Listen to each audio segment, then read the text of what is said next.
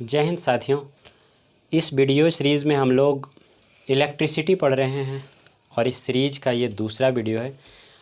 अभी तक हम लोग चार्ज के बारे में पढ़े थे और कूलॉम साहब का रूल भी पढ़ लिए थे।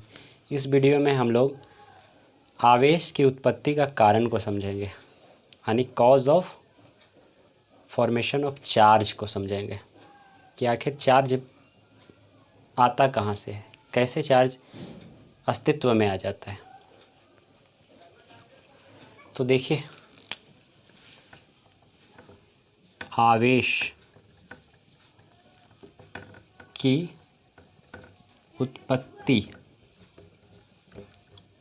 के कारण ये पढ़ रहे होंगे हम लोग, यानी cause of formation of charge.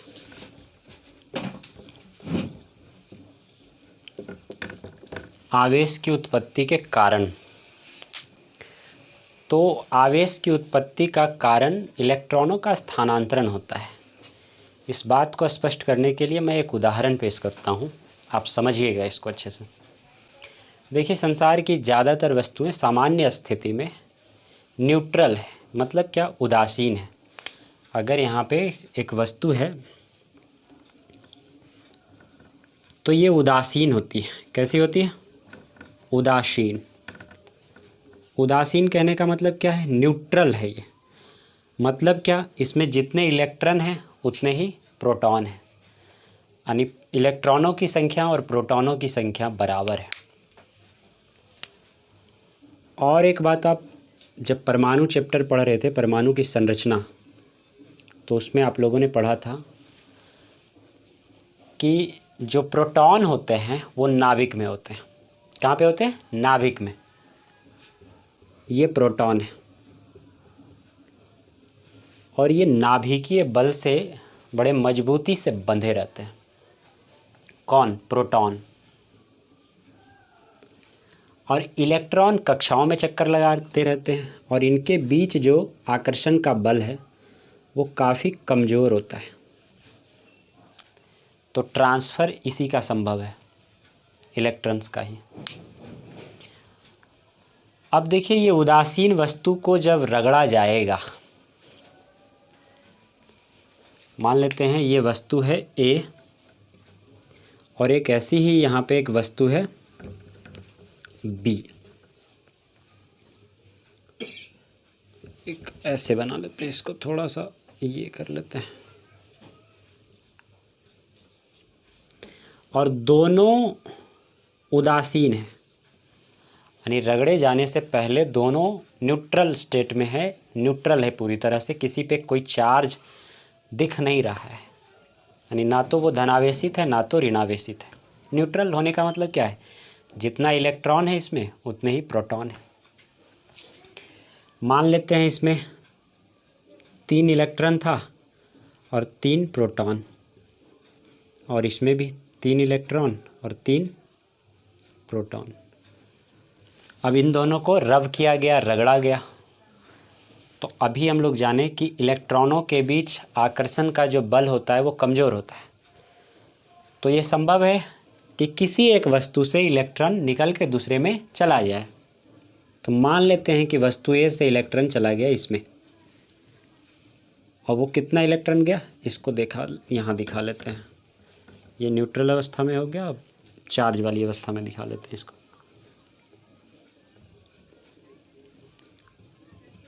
Plus.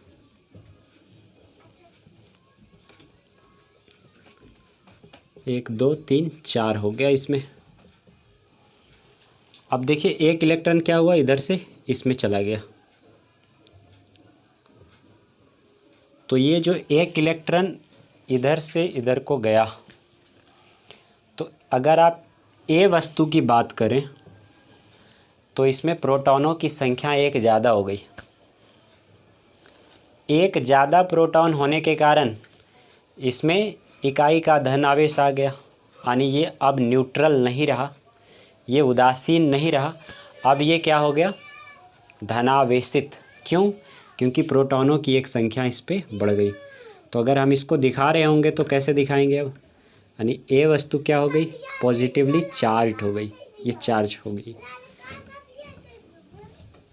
एक चार्ज ज़्यादा हुआ इसलिए एक ही को दिखाएंगे, बाकी तो दो प्लस के साथ दो माइनस कैंसिल आउट हो जाएगा।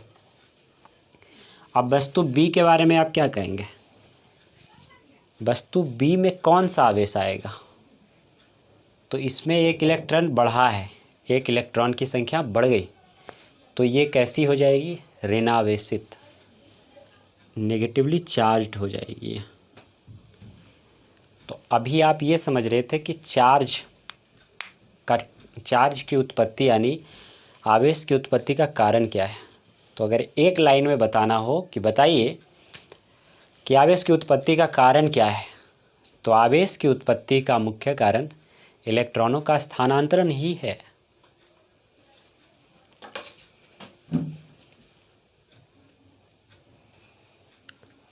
चार्ज की उत्पत्ति को समझने के बाद हम लोग आवेश के प्रवाह को समझते हैं कि जो विद्युतीय आवेश है उसका प्रवाह कैसे होता है।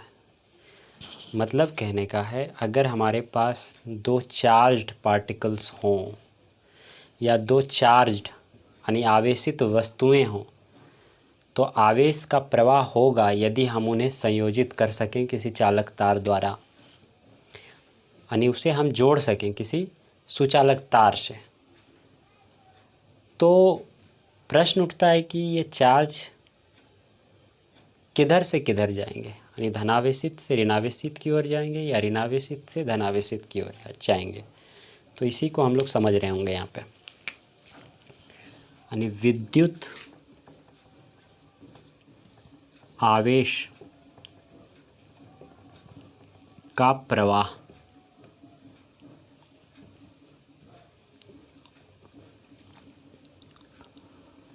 विद्युत आवेश का प्रवाह यानी flow of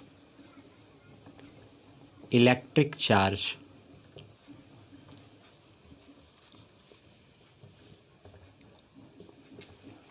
flow of electric charge. तो इसको समझने के लिए हम पहले तो एक एग्जाम्पल लेंगे और एक डायग्राम से एक फ़ोटो या एक फिगर बनाएंगे, उसके थ्रू हम लोग समझने का प्रयास करेंगे कि कैसे इलेक्ट्रिक चार्ज का बहाव होता है, फ्लो होता है। तो देखिए यहाँ पे हमारे पास दो वस्तुएं हैं, ये एक वस्तु हो गया और ये दूसरा वस्तु हो गया। 1 2 3 4 5 6 7 8 9,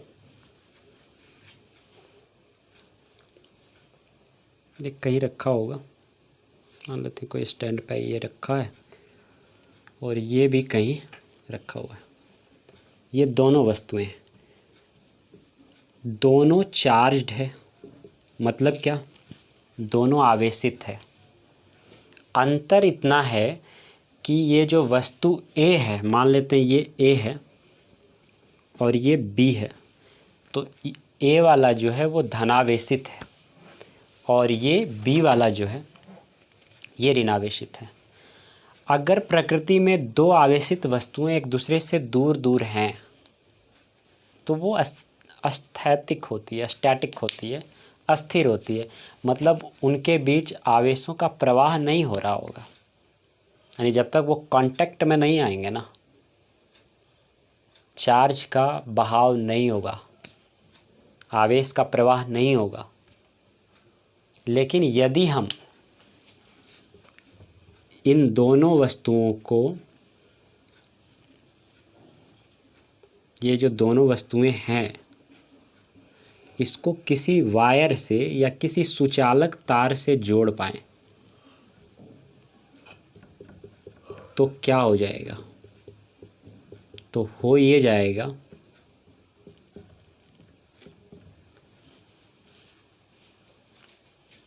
कि इधर से आवेश इधर को जा रहा होगा, क्योंकि ये जो धनावेशित वस्तुएं रहती हैं इसको उच्च विद्युतीय विभव पे माना जाता है और जो ऋणावेशित वस्तुएं रहती है उसको निम्न विद्युतीय विभव पे होना माना जाता है। तो जो चार्ज है वो उच्च विद्युतीय विभव से निम्न विद्युतीय विभव की ओर गमन करता है। यह बात और है कि एक्चुअल में चार्ज जो होता है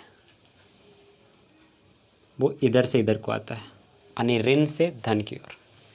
पहले एक मुद्दा जो है उच्च विद्युतीय विभव और निम्न विद्युतीय विभव, इसको हम लोग समझते हैं एक डायग्राम के थ्रू।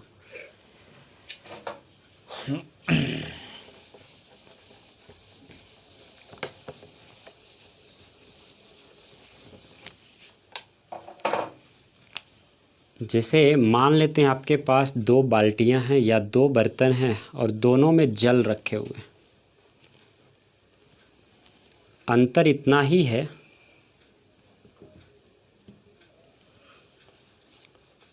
उच्च विद्युतीय विभव और इसे निम्न विद्युतीय विभव।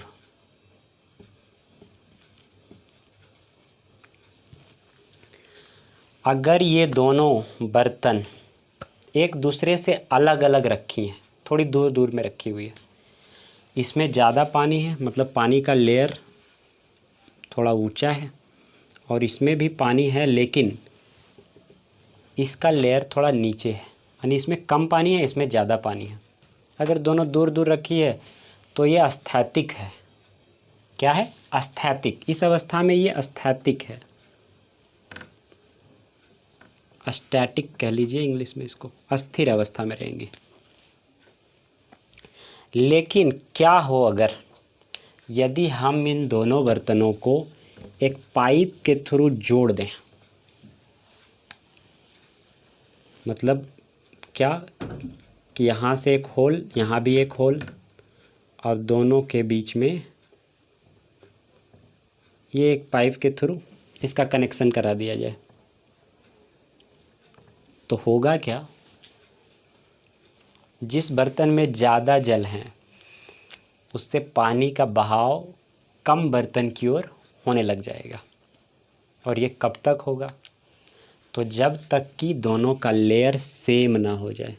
तो होगा क्या? कुछ समय के बाद इसका लेयर धीरे धीरे कम होता जाएगा। मान लेते हैं ये इतना हो जाएगा।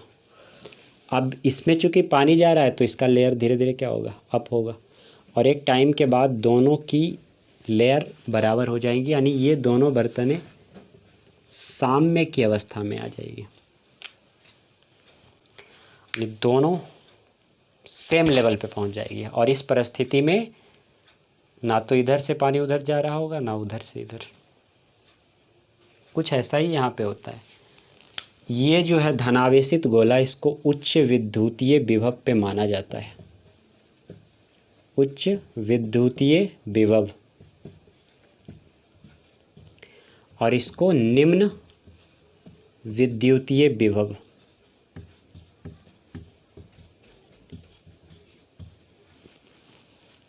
तो आवेश का प्रवाह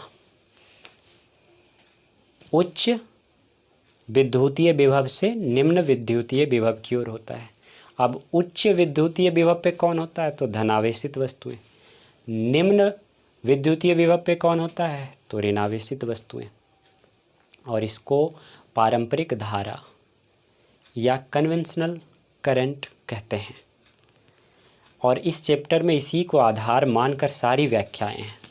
तो प्लीज़ आप लोग इस बात को मानिएगा कि उच्च विद्युतीय विभव से निम्न विद्युतीय विभव की ओर करंट का फ्लो होता है, ये चार्ज का फ्लो होता है, यानी आवेश का प्रवाह किधर से किधर होता है? धनावेशित वस्तु से ऋणावेशित वस्तु की ओर। लेकिन एक्चुअल में क्या होता है? वास्तव में क्या होता है? चार्ज नेगेटिव से नेगेटिवली चार्ज से पॉजिटिवली चार्ज की ओर गमन करती है। तो आशा है आप इस बात को समझ पाए होंगे।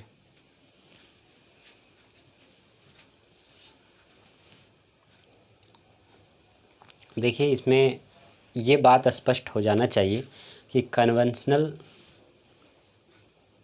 प्रवाह यानी पारंपरिक धारा क्या है और इलेक्ट्रॉनिक धारा क्या है। इस चैप्टर में जो काम हम लोग करेंगे वो कन्वेंशनल धारा पे कर रहे होंगे। कन्वेंशनल धारा का मतलब क्या है कि ये धन आवेश से ऋण आवेश की ओर, लेकिन एक्चुअल में जो करंट इलेक्ट्रिसिटी है, करंट, अरे यार इसका तो करंट इलेक्ट्रिसिटी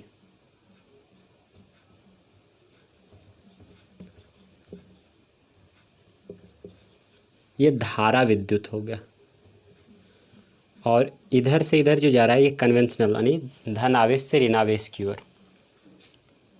कन्वेंशनल या पारंपरिक, पारंपरिक कैसे लिखाता है भाई, पारंपरिक धारा। तो इस चैप्टर में हम लोग धनावेशित वस्तु को उच्च विभव पे मानेंगे और ऋणावेशित वस्तु को निम्न विभव पे, और इसमें चार्ज का जो बहाव होगा वो किधर से किधर होगा, प्लस से माइनस की ओर। ये सार याद रखिएगा, ये जो सारांश है प्लस से माइनस की ओर, इसी के आधार पे सारी व्याख्याएं होंगी।